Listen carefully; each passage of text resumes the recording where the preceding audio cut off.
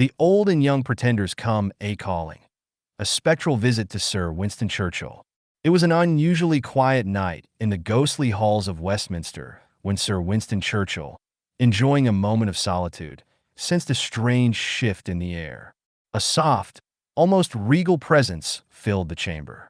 Churchill raised an eyebrow and chuckled to himself. Who could it be this time? This narrative is sponsored by Polly Speaks For You. The creator of Polly Speaks For You has always been passionate about empowering individuals, especially those with disabilities or learning challenges, through text-to-speech and voice recognition technology. Polly Speaks For You isn't just a tool. It's a bridge for people to communicate and interact with the world in a meaningful way. By blending historical storytelling with cutting-edge tech, the creator showcases how powerful a voice can be, whether telling your own story or preserving history. So hit that like, share, and subscribe button and help this channel grow. Now back to Westminster. Emerging from the misty shadows came two distinct figures, the old and young pretenders. James Francis Edward Stuart, the old pretender, and his son, Charles Edward Stuart, the young pretender, better known as Bonnie Prince Charlie. Their spectral forms were dressed in their finest, regal, yet somehow otherworldly, a glint of mischief in their eyes. "Ah, the Stuarts," Churchill muttered, puffing on his ghostly cigar. "To what do I owe the honor, gentlemen?" James, the elder, bowed slightly. "We've come to see how the kingdom fares. What's left of our old claim, eh?" Bonnie Prince Charlie, younger and far more dashing in his appearance, grinned.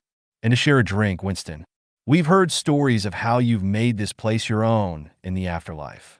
Churchill's eyes twinkled. "Indeed, Westminster is still a lively place, especially after dark. Come, seat.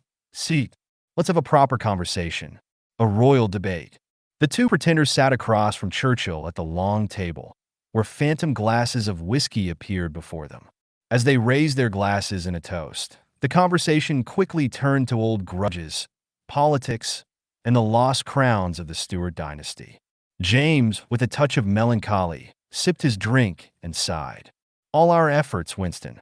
All those years, the rebellions, the wars, only to be here now, ghosts in the kingdom we once dreamed of ruling." Churchill leaned back, taking a puff from his cigar. "Ah, but history is a funny thing, isn't it? The best-laid plans of kings and pretenders alike. You both made quite the impact, even if the crown never sat upon your heads." Bonnie Prince Charlie, ever the optimist, grinned.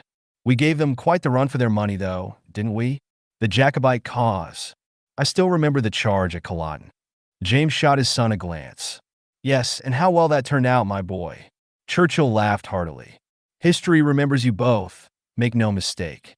There's a certain romance to the cause of lost kings. Besides, I've always had a soft spot for a good rebellion." The old pretender nodded. "A rebellion, yes, but it's the aftermath that haunts me." "What could have been?"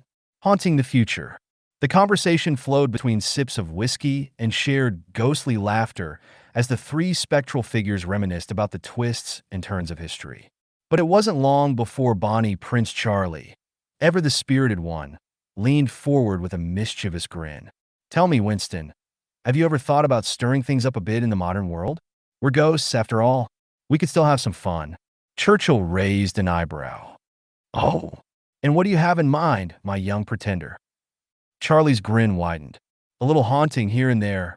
Perhaps whisper in the ears of a few politicians. Remind them of their duties. What's the afterlife if we can't make our mark?" James chuckled softly. "Always the dreamer, Charlie. But I must admit, the idea does have a certain appeal. The Stuarts were always fond of making history."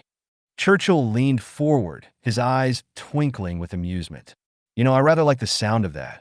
A little mischief, a little history. Why not? Westminster could use a bit of a shake-up, even if it's from the afterlife. A night of mischief." With that, the three ghosts, Sir Winston Churchill, the old pretender, and the young pretender, rose from their spectral chairs, ready to embark on a night of mischief. As they drifted through the halls of Westminster, their laughter echoed through the corridors, unseen by the living, but felt by all who passed through.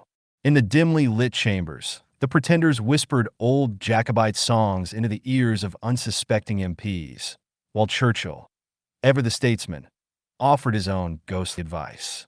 The Stuarts and Churchill, united in their ghostly rebellion, found a new purpose in their afterlife: to keep Westminster on its toes, reminding those who walk its halls of the power and unpredictability of history.